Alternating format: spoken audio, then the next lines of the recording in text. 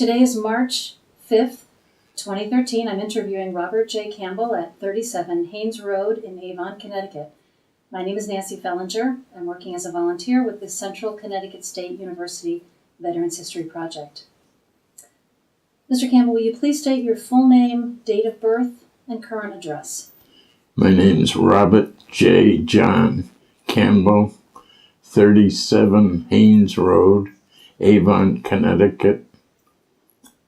And in which war did you serve? World War II. What was your branch of service? I was in what was then called the Army Air Corps. Today it'd be the Air Force. And what was your highest rank?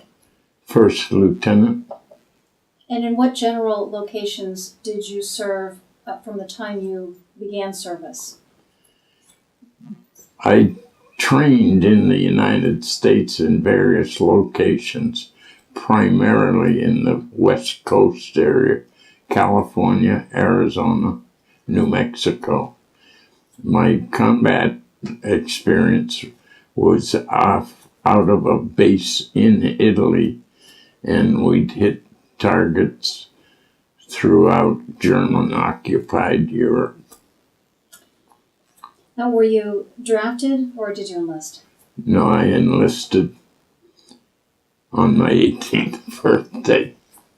And where were you living at the time? In Springfield, Massachusetts. Do you recall the date that you enlisted? I was sworn in October 15th, 1942. And what is it that prompted you to join?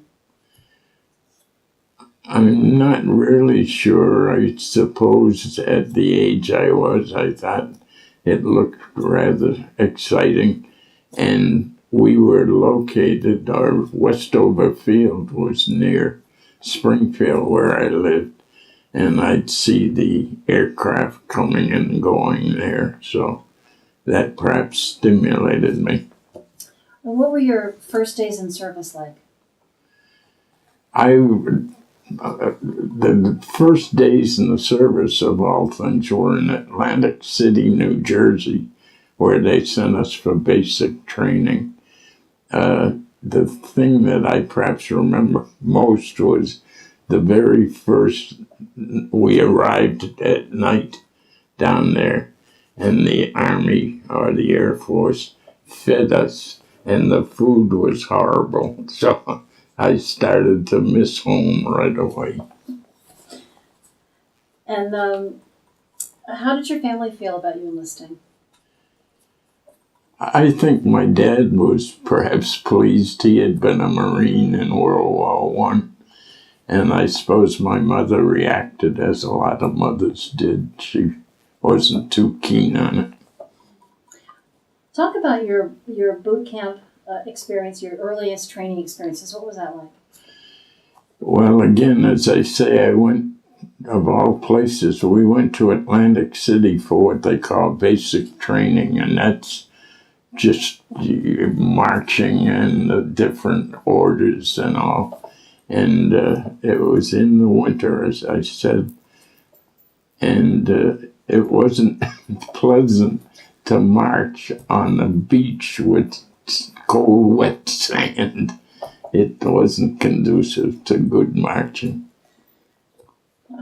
Was it what you expected, or did you know what to expect? Had you talked to anybody? I didn't know. Atlantic City surprised the heck out of me and others. We thought we'd be going to somewhere down south or California. But. And what do you remember about your first instructors? I remember that the language was colorful, and they got their message across. We had one in particular, a Sergeant Whitcomb, but he pronounced it Wickham, and he could take the skin off your back just yelling at you. So, were there any that were particularly memorable, or any that you felt that you of the instructors that you really thought you no, well, these were the different services, whether it's boot camp or basic, it's it doesn't. They're not trying to make you fall in love with them. They're just making you get used to taking orders, I guess. So after boot camp, or after you had your initial training experience, where did you go before you? I had enlisted hoping to become an aviation cadet. At that time, the cadet program, I was later told, was backed up, so to speak, with enlistments or enlistees. So one way that they had us mark time, if you will, they sent us to various colleges around the country. I went to St. Anselm's College in Manchester, New Hampshire, and they treated us very well up there. But it was sort of like a low-key college class type thing.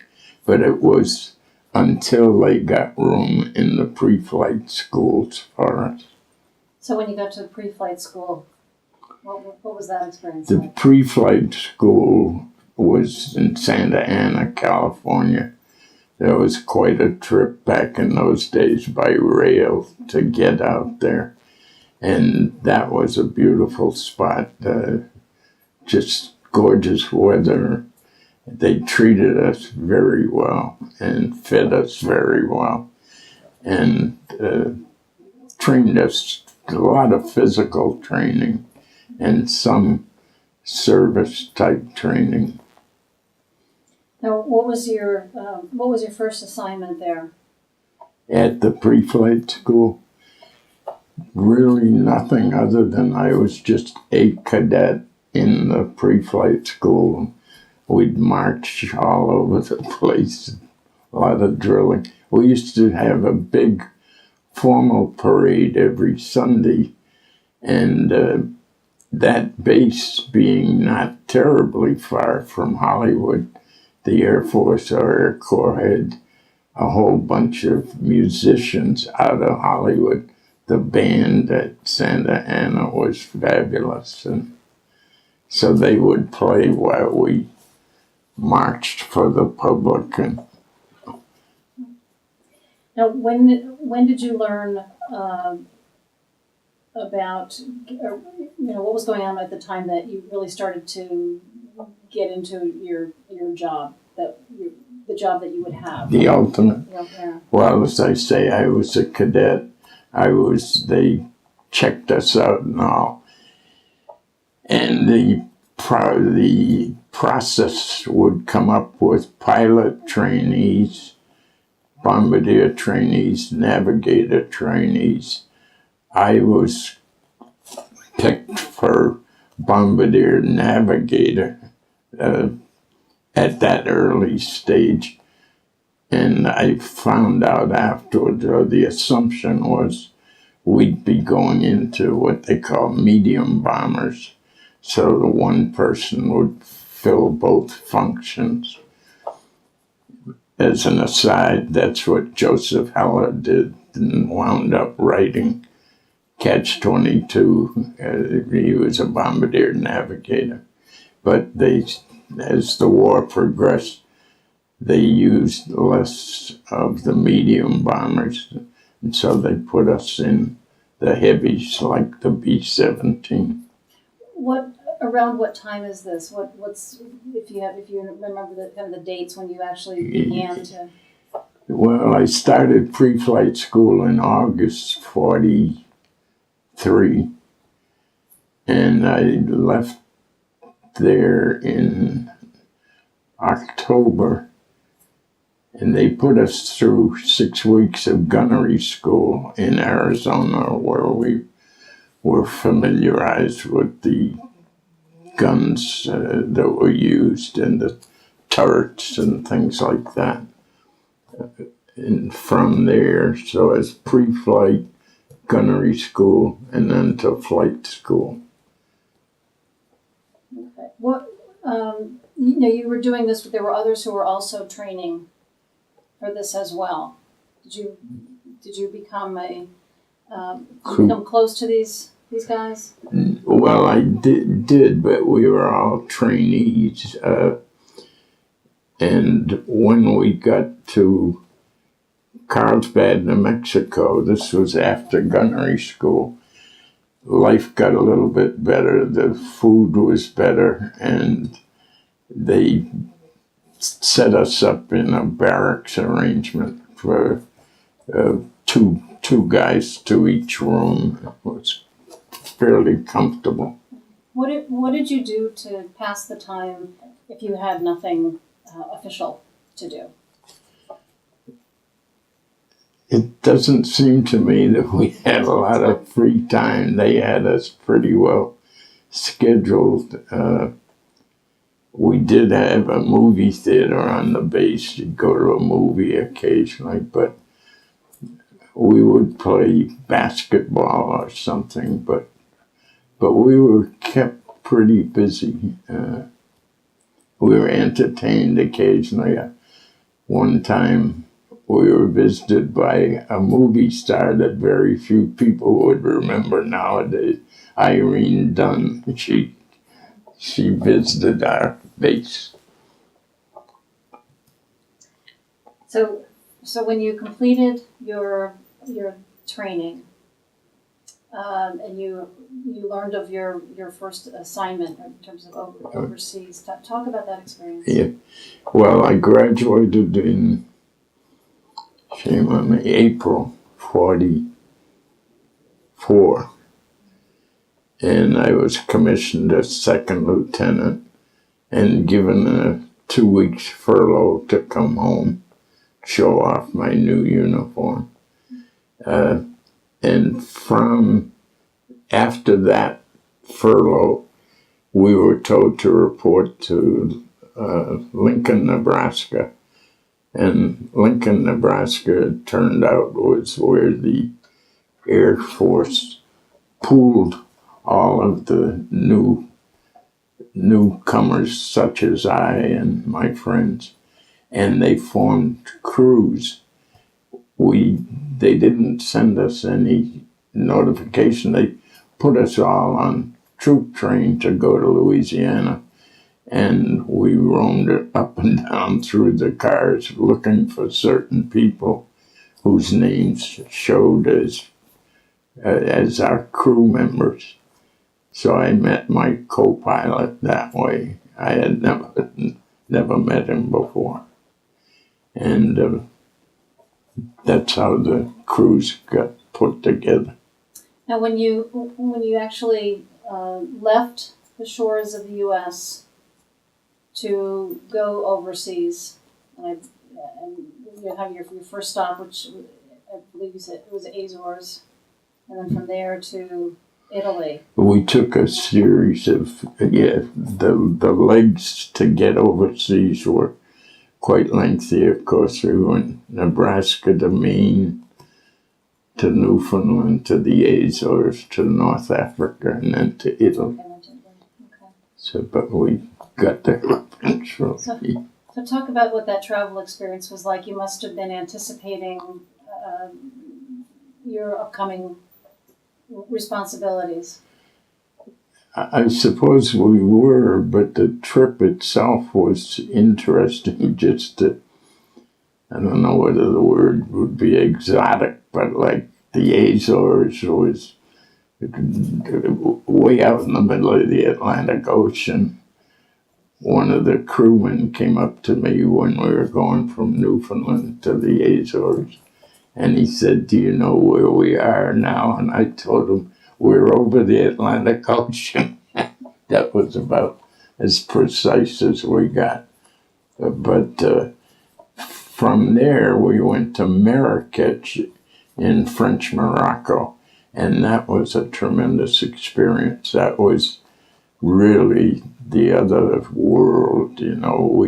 We were the oddballs walking around. We were strangers. And the people, I know we said, you'd think you were walking in biblical times, the dress they had. And one day we were in what they call the Medina, the town square or something. And it was the time of day when the Muslims, holy man, prays or sings from up in the tower, and they all stop. And we sensed it was a very sober, somber moment. My co-pilot said to me, "Now you know how I feel in a Catholic church." He was Protestant. We didn't know what to do. But how did the people respond to you? Did you have a sense that you were welcome there? You were ignored? They were glad to see you? well, we were pretty sparse there. I should have mentioned the base we landed at was a French air base, and the French had colonized that part of North Africa, I guess. So we were real strangers to everybody around there, including the French. My high school French came in handy a little bit. When you land at an air base as a strange aircraft, you'd look for what we used to call the follow me Jeep. You'd go to the end of the runway, and pretty soon a Jeep would come up with a big sign on the back saying, "Follow me," which you'd do to know where to park your aircraft. And when we landed at Marrakech, it was a French air base. The Jeep came out, and the sign said, "Suivez-moi." And I had taken French, so I knew what it was, and I kidded the hell out of my pilot. I says, "You'd have been stuck if I wasn't there." How long were you there? And in Marrakech, yeah. About 2 weeks. And that was your last. That was the last stop before you Italy. arrived in Italy. Yeah. No, we went from Marrakech to Tunis in North Africa, and then from there to Italy. I have said I, of course, didn't have camera or anything like that, but an interesting, I guess you call it, interesting sight flying from where we were in French Morocco to Tunis. The North African campaign had been fought over that stretch, which is pretty barren countryside, and the sort of a graphic depiction of what a war is all about. I said to someone, I said, "This looks like someplace where the kids were playing with the toys, the trucks, and there was all kinds of destruction." So they had, they had gone from Casablanca to Tunis. Now, how old are you at this time? 19. Real old. And most of the people you were with were also. Yeah, the oldest person in the crew was our tail gunner. He was 27 years old. But most we were probably 19 to 22, something like that. And did the Army Air Force do anything? Did any of the instructors along the way to talk about what you might be seeing to kind of help prepare you, or for this, or was this really a? No, they did, and some of it was, I'd say, colorful. The instructors we had were themselves combat veterans, so that was helpful. They were very direct and blunt, and if I may use off-color wording here, but a lot of us, you've heard of the play, was it Tennessee Williams' Cat on a Hot Tin Roof? The first time I heard that was an instructor yelling at us with a southern accent to make it better, yelling at us, and he's saying, "You damn well better this, that, and the other, because you get in combat, you're going to find you're busier than a cat covering shit on a hot tin roof." So I figured that expression, that's where that came from. It was cleaned up for Broadway. Now, you were anticipating at this time your next move, and did you know what that was going to be and what you were going to be asked to be doing? Well, yes, the training in Louisiana. I don't recall that they gave us any film of it, but we knew we flew simulated missions. So we'd go from Louisiana and bomb St. Louis training-wise, and fighters would come up to train with us, escort. So we had a general idea of what it was. But now, for people who don't know what exactly a bombardier does, could you talk about what that entails? Take us through the the plane and where you sat and what you did. I'm not sure. You mean what we did on the plane, or what you specifically what your role was? Okay, I had a checkered career, I guess, as I told you perhaps earlier. I was trained as a so-called bombardier navigator. Then when they put us on the B-17, they separated those two functions. And I was very pleased because they indicated I'd be a bombardier. And that was less work than a navigator. But shortly after I got in the new squadron, they said, no, I'd be flying as a navigator. So what is a navigator? What did a navigator do at that time, and in what kind of space? Yeah. Well,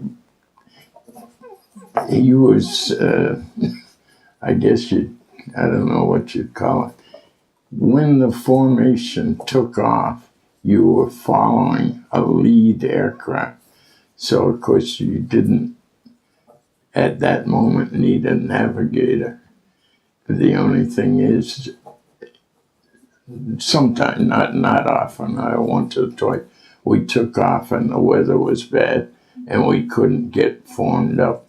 So then a navigator can help you get back home to the base. And when you get up into, say, Germany or something, if you got banged up or we lost oxygen once or got hit, so then you'd come home alone, so you'd want the navigator with you. One time we flew, it was very bad weather when we went, and we never got organized well in formation. We were hitting a target up in Austria, I believe. On the way back, somebody came up and flew off our wing. Probably they were assuming I knew where I was going. And then another plane did, and before it was over, we had a 7-ship box following us. They probably thought I knew where I was. And we found our way back. So how often were you did you find yourself airborne on a mission? Oh, I flew 35. That's what they required you to do. So I think the RAF people flew 30. They were on our base, some of them. But, And this was the base was in northern Italy? we were in southern Italy. And if you think of Italy, people do it looks like a boot. And there's this area on the Adriatic. We would call it the spur. It looks like the spur on a boot. And they gave it a nice Italian name. It was called Promontory. I forget the second word, but Peninsula. Gargano. Promontory Gargano. What was the name of the base that you flew out of? We were based, well, the province we were in is called Puglia in Italy, Puglia. The little town our base was at was called Amendola, but it was near the big city nearby was Foggia. That area was famous for, like our Kansas, the wheat fields in Italy. So they made good location for air bases, but the groups, the bomb groups that made up our wing and the fighters that escorted us were all based around Foggia. So were you at that time more or less with some of the same people you had trained with? Still from the States? When we left as trained crews, we were just assigned random, so to speak, to different squadrons or groups, as a squadron or group would need replacements. Some of the people that were friends of ours were assigned to groups in that area, but not right on our base necessarily.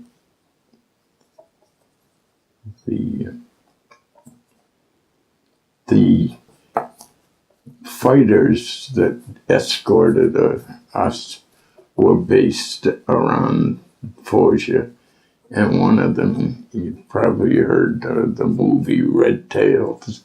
They were our escort, and they were quite an outfit. They were good. They were the Tuskegee Airmen, they called them, but they called themselves the Red Tails. Their aircraft had bright red tails, so that's why I did meet Colonel Davis, was their commander, and I was hitchhiking one day and he gave me a ride. But his father was the first West Point graduate, black West Point graduate, and he himself graduated from West Point. So. Yeah, there were people kind of coming and going. Yeah. Talk about that. You mean, well, if you finished, like I was fortunate, I finished my 35, and so then I went home, and there would be pretty colorful parties, if you call it that, when a crew or anybody finished, they'd be glad. Was your job, that was a particularly, and those with it was particularly dangerous? Well, I suppose it was just, I think age is a big help when you're young. You know how you just, Why is that? it's excitement, and you get over it, I suppose. We would once in a while have somebody that the flight surgeon would say he's gone around the corner or something. But no,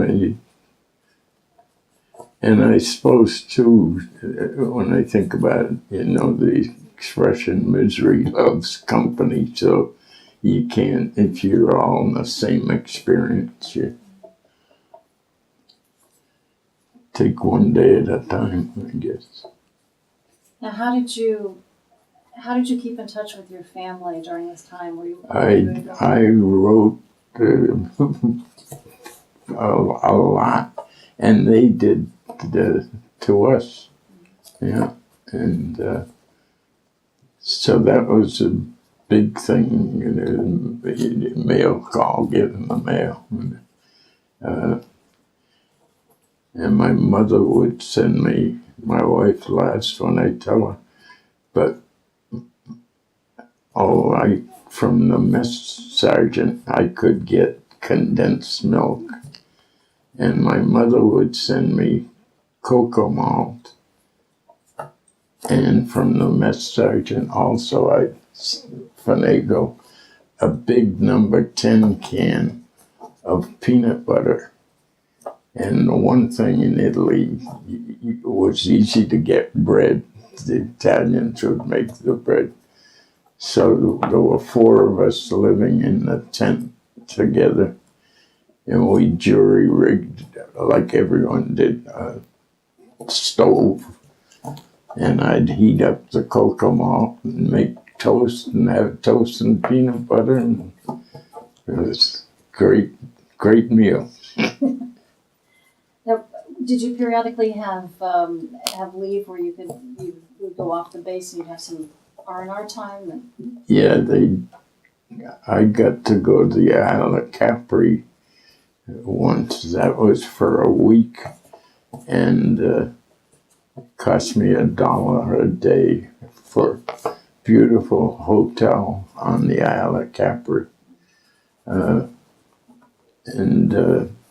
then later I got a week in Rome, and in Rome, after the poor infantry captured Rome, we went there for rest camp, and we stayed in the Excelsior Hotel. It's on the Via Veneto in Rome, and still I talk to people from Italy. They know the Excelsior Hotel was the place, and when we got there, we found, prior to us using it, it was Gestapo headquarters in Rome, and you saw traces of different things that they had been there. What did you see? What kinds of things? Pardon? What kinds of things did you see there that made it known that they had been there? Some were, of course, little things which everyone does, carvings on wood somewhere, Fritz was here or whatever. And the Roman people would, and I'm not even sure why or what the reason for it, but the Romans would refer to them as the Tedeschi. I'm not sure whether that was a derogatory term or what, I'm not sure. But then they'd say they were Gestapo, and they weren't well liked anywhere, but even in Rome they had a bad incident there, a couple. But that, I'll digress and tell you one more about Rome. we had back at our base, there were 2 bomb groups operating out of our base, and we had a Catholic chaplain. I was Catholic, but he was from Milwaukee. I forget his name, something like Munch. Big man, booming voice. And he got up one Sunday. Oh, he used to say Mass Sunday night for those who flew that day. And he got up one day and he said he wanted us to save time for him here in confession. He said, please come in and say, bless me, Father, I've been to Rome. He said, never mind the details. So he figured that would speed it up.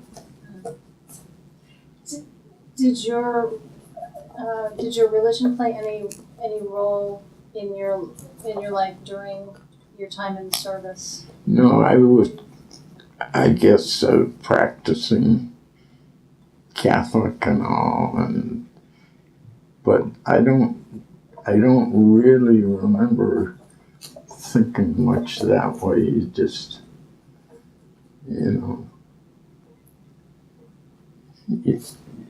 I perhaps more than anything would be, and this is true, like when you play golf, you have certain little things you do, little rituals, and I had things like that, things I'd wear.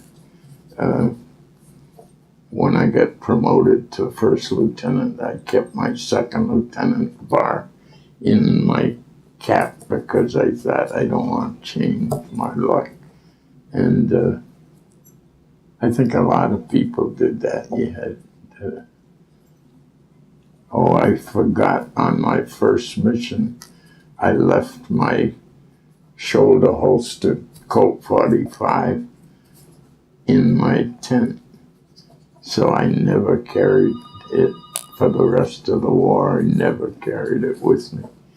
And the ordnance officer, when I turned it in, it was in disreputable shape.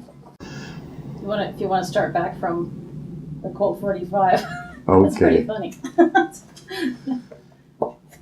About forgetting it, perhaps. Yeah. Yes, we were supposed to carry them. They were a shoulder holster, and we used to laugh and say, what am I supposed to do, shoot my way out of Germany if I get shot down? But they insisted we take them with us. I forgot mine, my first mission, and that went fine. So I figured I'm not going to alter my routine, and I left my gun at home in the tent. Were you ever scared?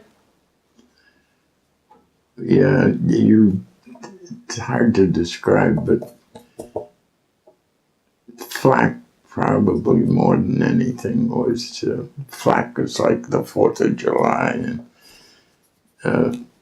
but a wiser head, fellow I remember named Glenn Breckenridge, I was new in the squadron. People called me Scotty, and I was new, and I was talking something about the flak someplace. And he said, Scotty, let me tell you something. He says, when you see it, don't let it bother you, because it missed you. He said, if it gets you, you won't see it anyhow, so don't worry about it. So.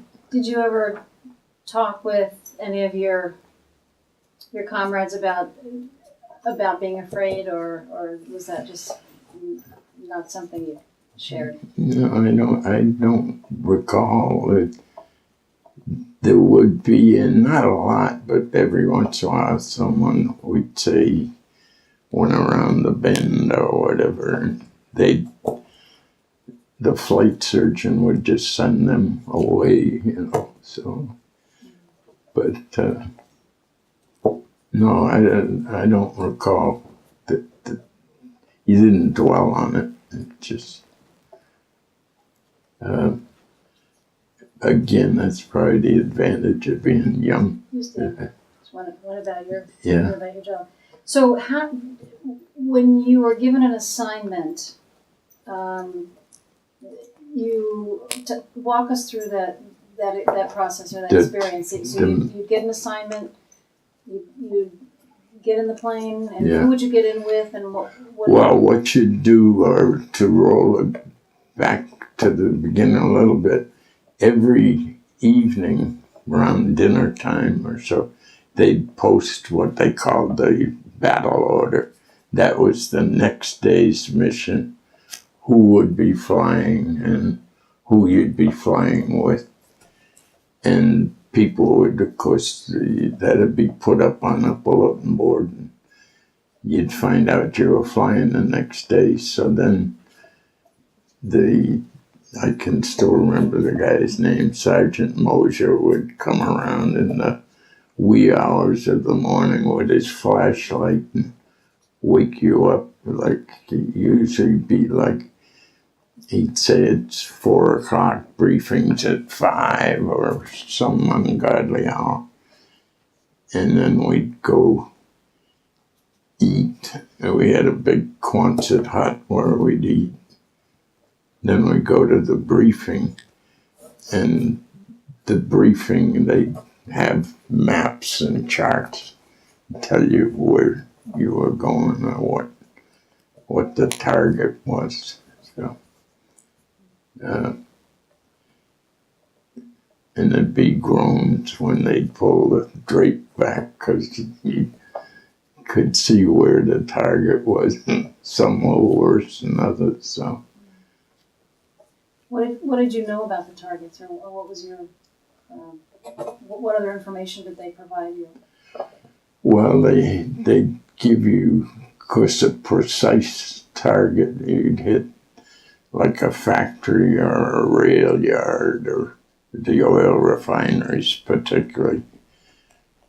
So they would have aerial photos of the area and very precise aiming points where you would. But when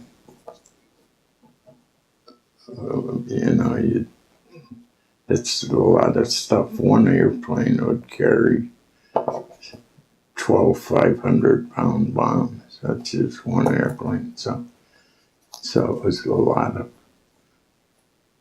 hardware. Did you ever run into enemy fire, or were you discovered by enemy planes? Yeah, they had very good equipment, the Germans. They had the first jets.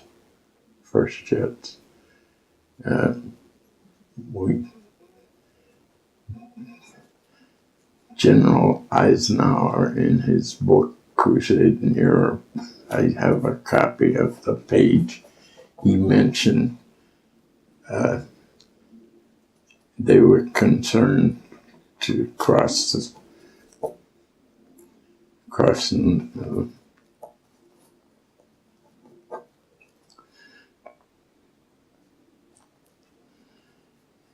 they were concerned about the jets.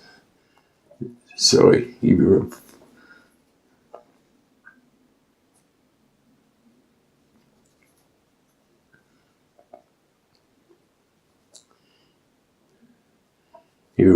to our diversionary force. We were sent to Berlin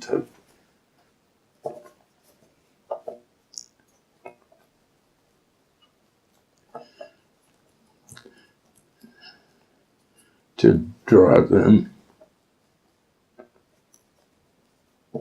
So you were. I mentioned the black red tails. They got 3 jets that day. I gave a talk over at Hall High School to the kids, and they were studying about the Tuskegee Airmen.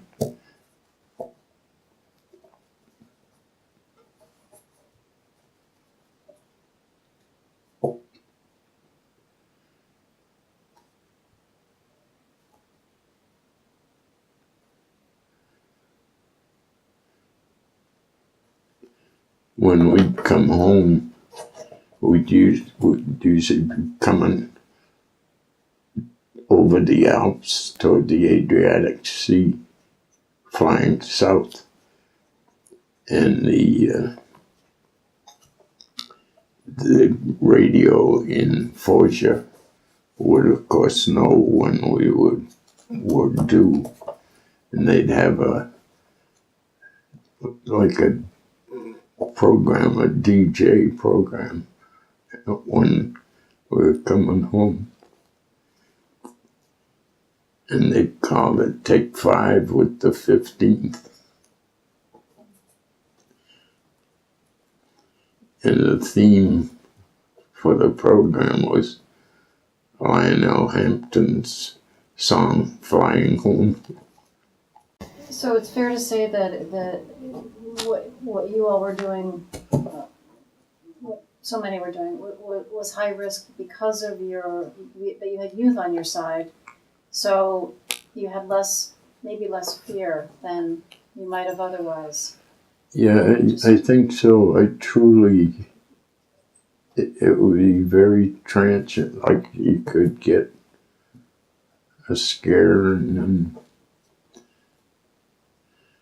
I remember one day right over my position, there was what they call an astro hatch.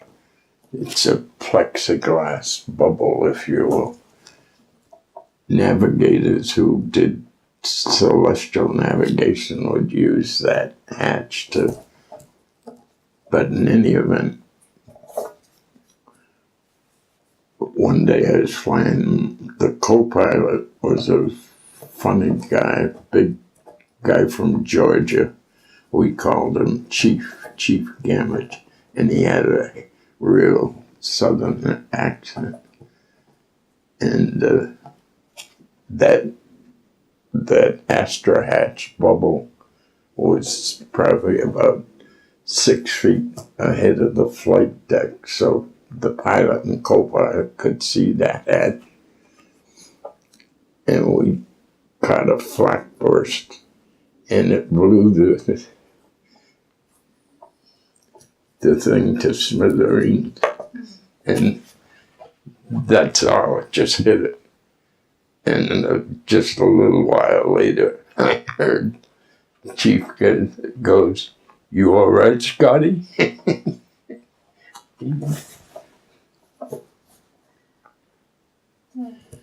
Close but no cigar. Yeah.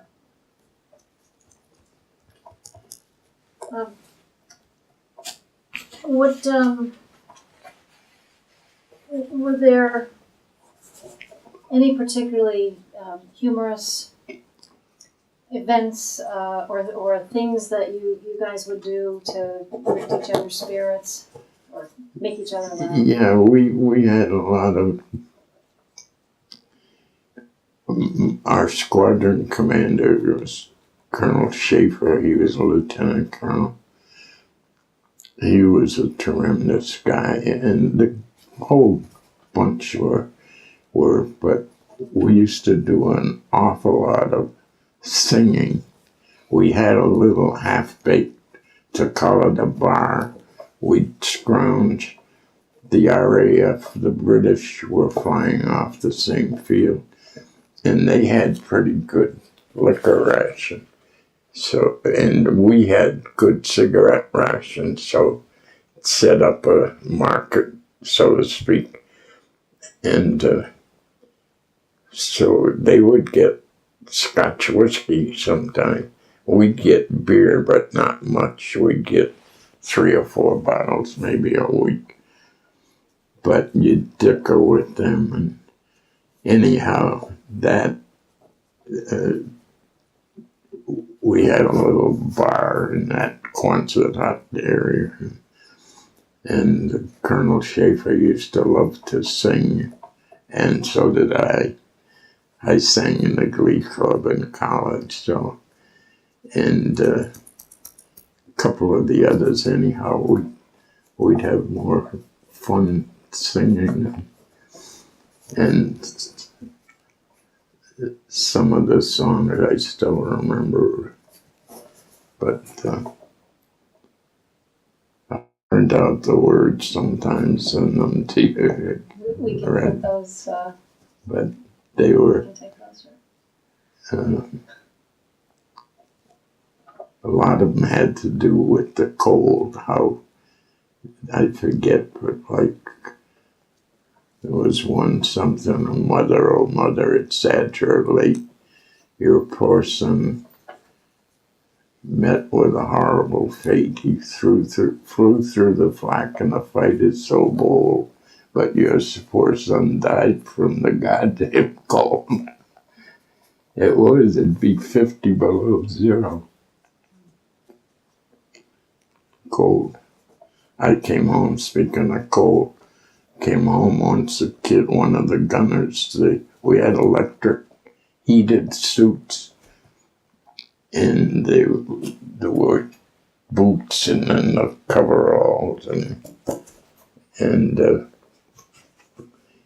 one of his heated boots went out.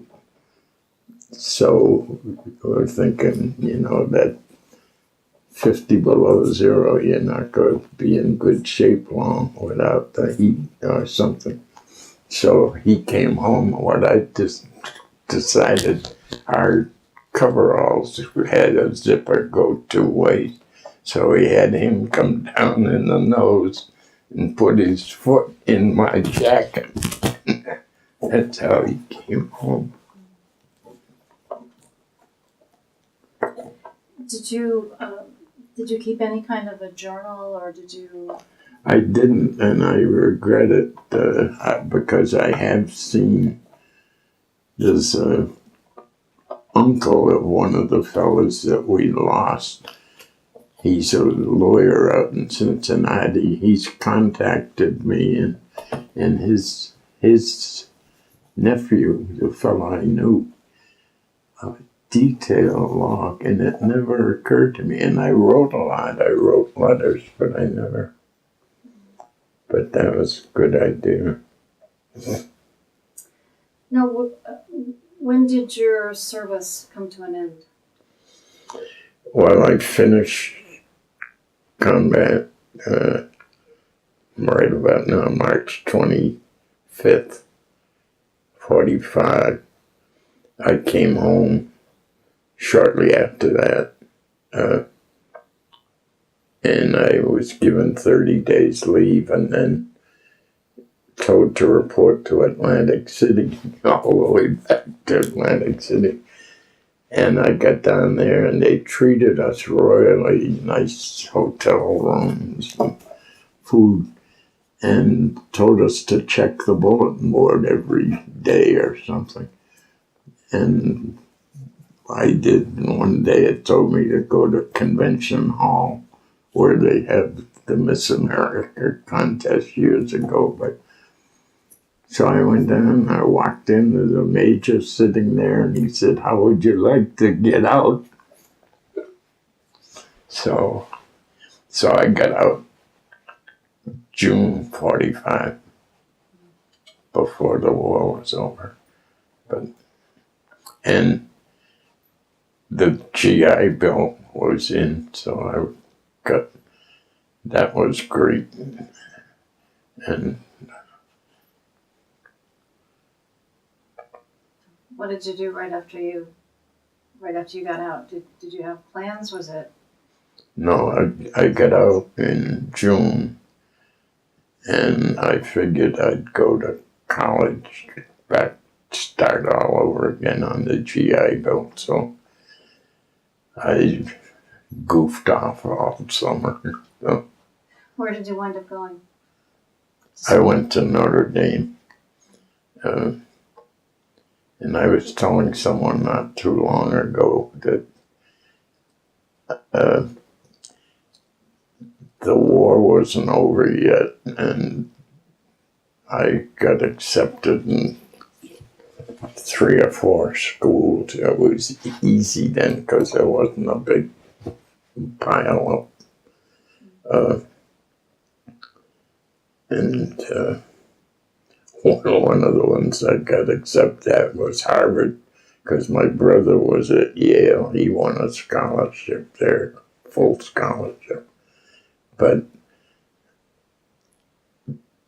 this fellow that I knew back in Springfield, he went to Notre Dame, and he told me how strict they were. And I thought, that even though I was just young at the time, I thought that might be good for me, just to, so, and it was good in that when I got out there, fall of 45, the first veterans were starting out there. And because of the way they separated people from the service by some combat experience, so all the guys I met that I was a friend with, they were, so that was good.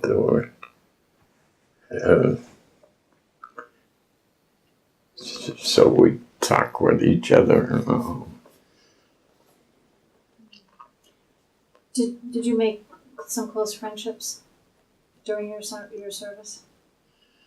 I still in touch with my co-pilot was my best friend. He got shot down, but fortunately he survived. I don't know whether I told you that bad day that our squadron, we lost 4 airplanes, and Chet, he went down, but he survived as a prisoner. And stop me if I'm repeating myself on it. The morning of the day that he got shot down, he woke me up. The 4 of us were in the same tent. He woke me up, and I had what they call a nice A2 jacket. That's a leather jacket that the Air Force had. And I had one of the real good ones. So Chet, when he going out that morning, he asked if he could borrow my jacket. And I said, yeah. And of course, as the day turned out, he got shot down that day. And I thought from that day till a year later, I was out of the service. I assumed, and we assumed, they got killed too in that plane, but turns out he survived. I didn't know that. So it was almost a year later. I was home in September 45, yeah. And the phone, and it was Chet. I thought, wow. So I said, where are you? And he said, I'm down at the Hotel Campbell. He was coming through Springfield on a train, I don't know, something. He had already started working something. He said, I'm in the bar. It's called, the bartender told me, the Embassy Room. He said, I'm in the Embassy Room bar. I said, don't move. I'll be right down. So I went down. It was late afternoon, so it wasn't terribly busy in there. No problem as I walked in. I knew it was he sitting at the bar. So, but I came up to him from behind, and I said, where the hell is my jacket? And I swear, he pounded that bar so he didn't break it and break the glass. He said, I knew you'd say that. And he said he was going down in the chute, and he's thinking, oh crap, I got Scotty's jacket. So then he finally told me, he said, well, he said, if you want to know where it is, there's a nice Polish farmer that I gave it to. He didn't get captured right away.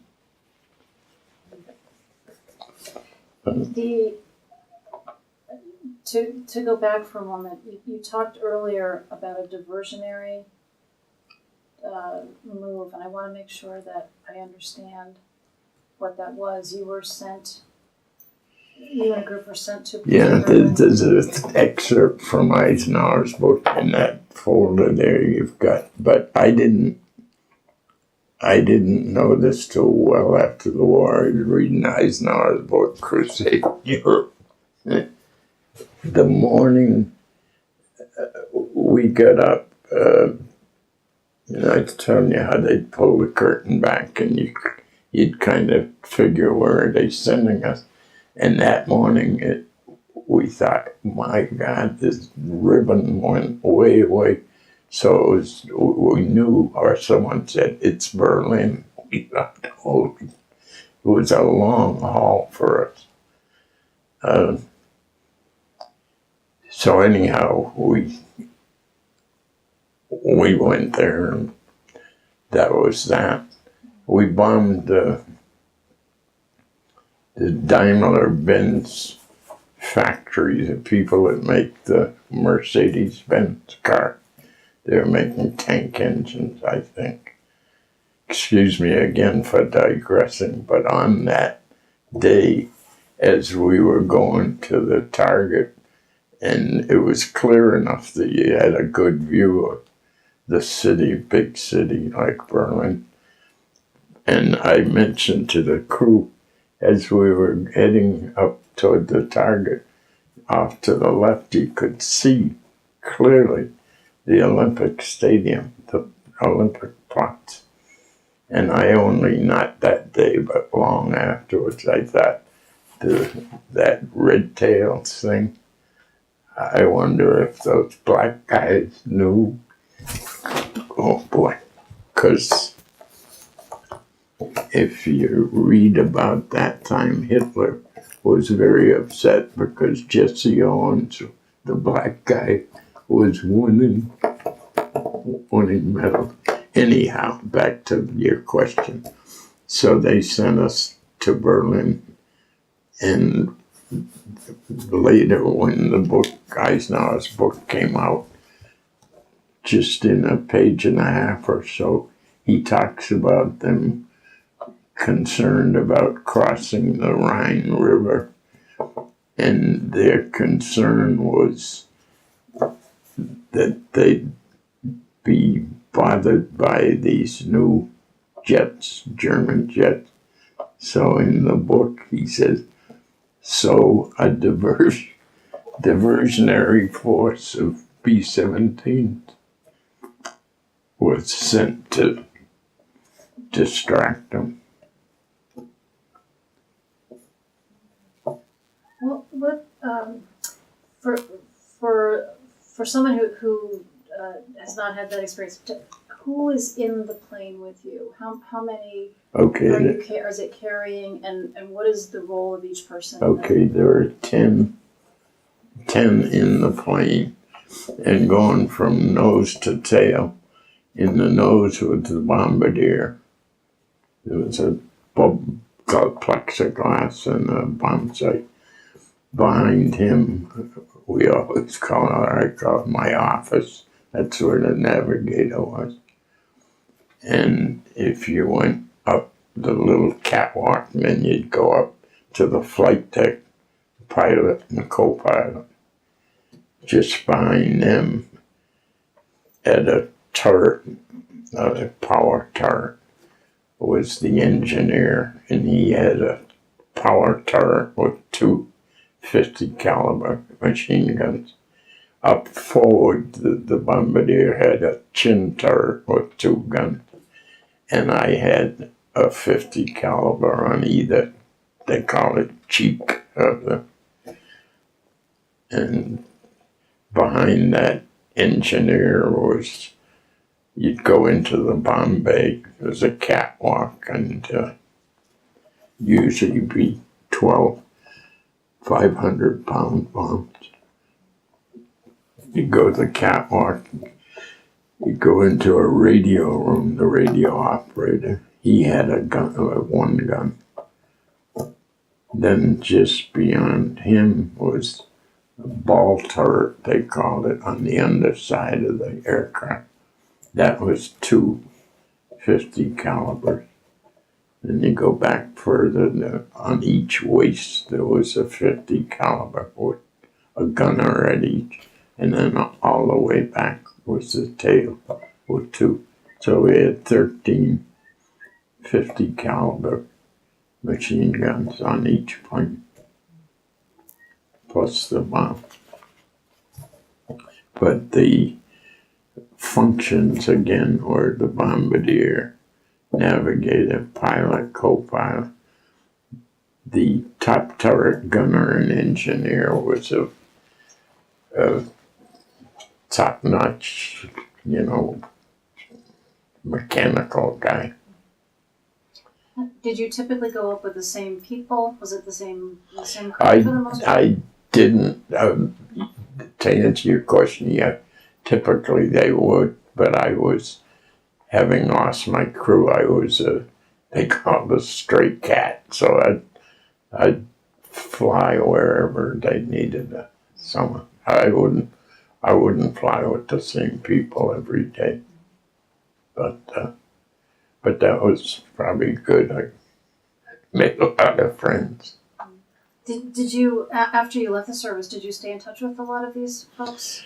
I did to an extent, but to this day, the closest friend, probably one of the closest friends I had, lives, of all places, he lives in San Diego. Al Cano, and Al and I, at the time and over the years, he's been here several times. I've been out there, and we met the squadron, or the group. The squadron, there were 4 squadrons in the group, so the group would have reunions every 2 years. They'd be in different parts of the country, and so I saw this Al Cano from San Diego at those, and he's been here. What did you do as a career after you left the service? Checkered career of sorts, I guess you'd call it. I was, for maybe 4 years, Friendly Ice Cream was kind of new. The Blake brothers, who founded Friendly Ice Cream, lived down the street from me in Springfield. They were older, a fair bit older than I was. But in any event, I got a bug in my head. I knew them and met them, and I wound up opening probably I'm not sure if it's the first one in Connecticut. It was Maple Avenue in Hartford. And I tired of that after, 6 years or so.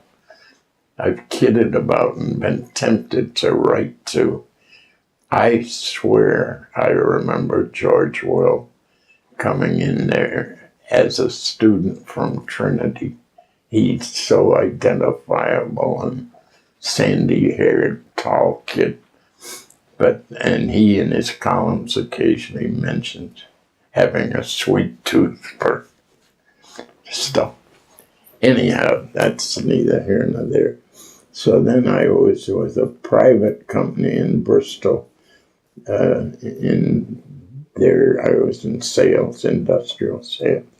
Then I went from there to the government, and I wound up right back sort of in the Air Force at Hamilton Standard.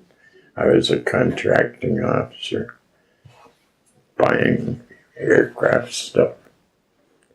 Did you find that your experience throughout your working life, did your military experience have an impact on how you saw work, how you lived your life?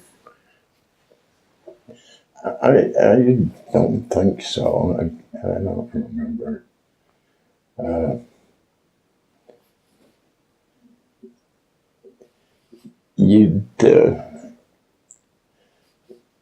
I'm getting off into Shakespeare now. I don't know if you ever read Henry V. That's to me, the most beautiful thing that was ever written.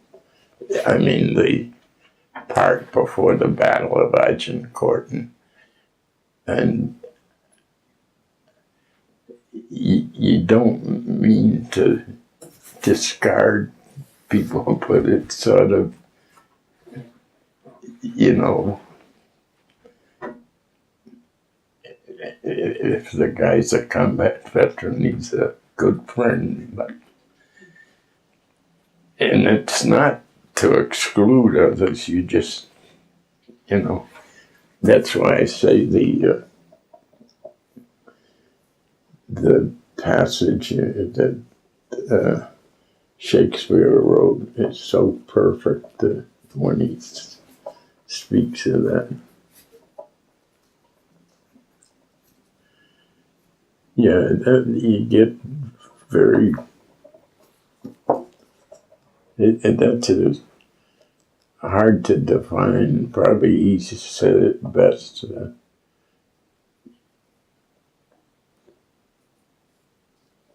The Band of Brothers.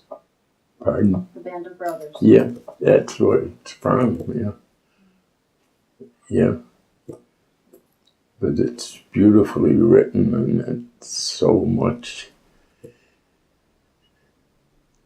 And there's a part in there where he says, "Men now abed in England will hold their men not cheap."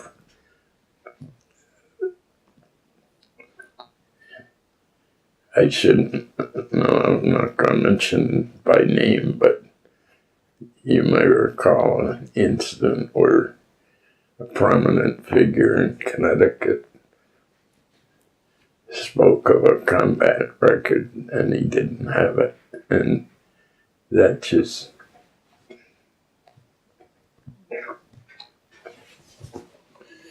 Did you, when you left the service, or even much later, did you join any veterans organizations? No, and this, I wouldn't broadcast or say that, but the fellows that I happen to know who were in combat, I've asked them, I've asked Al Cano, I've asked Mo, the different people, and I've asked them, do you ever get in a parade? Do you? So, and I don't mean that in the wrong way. I will mention too, though, one, my dad had been in the Marine Corps. He wasn't a combat guy, but that's neither here nor there. But he was active in the American Legion. And when I was commissioned, I didn't even know it at that time, but when you're in the service and you're commissioned, they discharge you all in one day, but it's one of those administrative things. So the day I graduated from cadets and became a second lieutenant, I was discharged as they break the line, paperwise. And so I got an honorable discharge. It was in the middle of the war, and I sent it home. And my dad, well-meaning, he thought, well, that you need this to join the American Legion. So he enrolled me in the American Legion. And this part I don't want to disparage. I went to one meeting with him, and I was thunderstruck. I don't know if you've ever been to one, and I didn't say it meanly. I talking with my dad. He said, "What did you think, Alan?" I said, "I almost thought that I was seeing a Nazi meeting." And he was, And the reason I say that, and I don't, but we're in this hall, and all of a sudden there was a drum roll, and then everybody stood up, and then some guys came traipsing down with rifles and did something ceremonial. And then they recited, I guess maybe it's their constitution or whatever. And they used the phrase 100% Americanism. And I just, the whole thing. And my dad was very active in the Legion, and I respect and have a regard for people. But I thought, I just didn't go for it. Is there anything that you would like to add to our conversation that we maybe have not touched on as yet? No, I don't think so. I am so pleased and give you people so much credit for, as a lot of people do, I suppose. I have gone whatever number of years with this, I always call it stuff. Over the last week or so, I've gone through a lot of it and sorted it out. So I'm appreciative of that. And I had even talked, a lot of my family are clever or gifted, but one of my daughters she put together a book for one of my birthdays, and of course they're into computer technology, And so I talked with a couple of them about would they be willing to put my service stuff together, and that's the closest it's come to being organized. It's just a pile of papers and photos. So they said they would, and then lo and behold, I met that fellow, and he put me in touch with you people, so it's a happy coincidence. Well, we may close then this interview, and Mr. Campbell, I'd like to thank you for taking the time to be interviewed today. I so appreciate it. It's been my privilege, and thank you for your service. Thank you, and I appreciate your efforts. Thank you.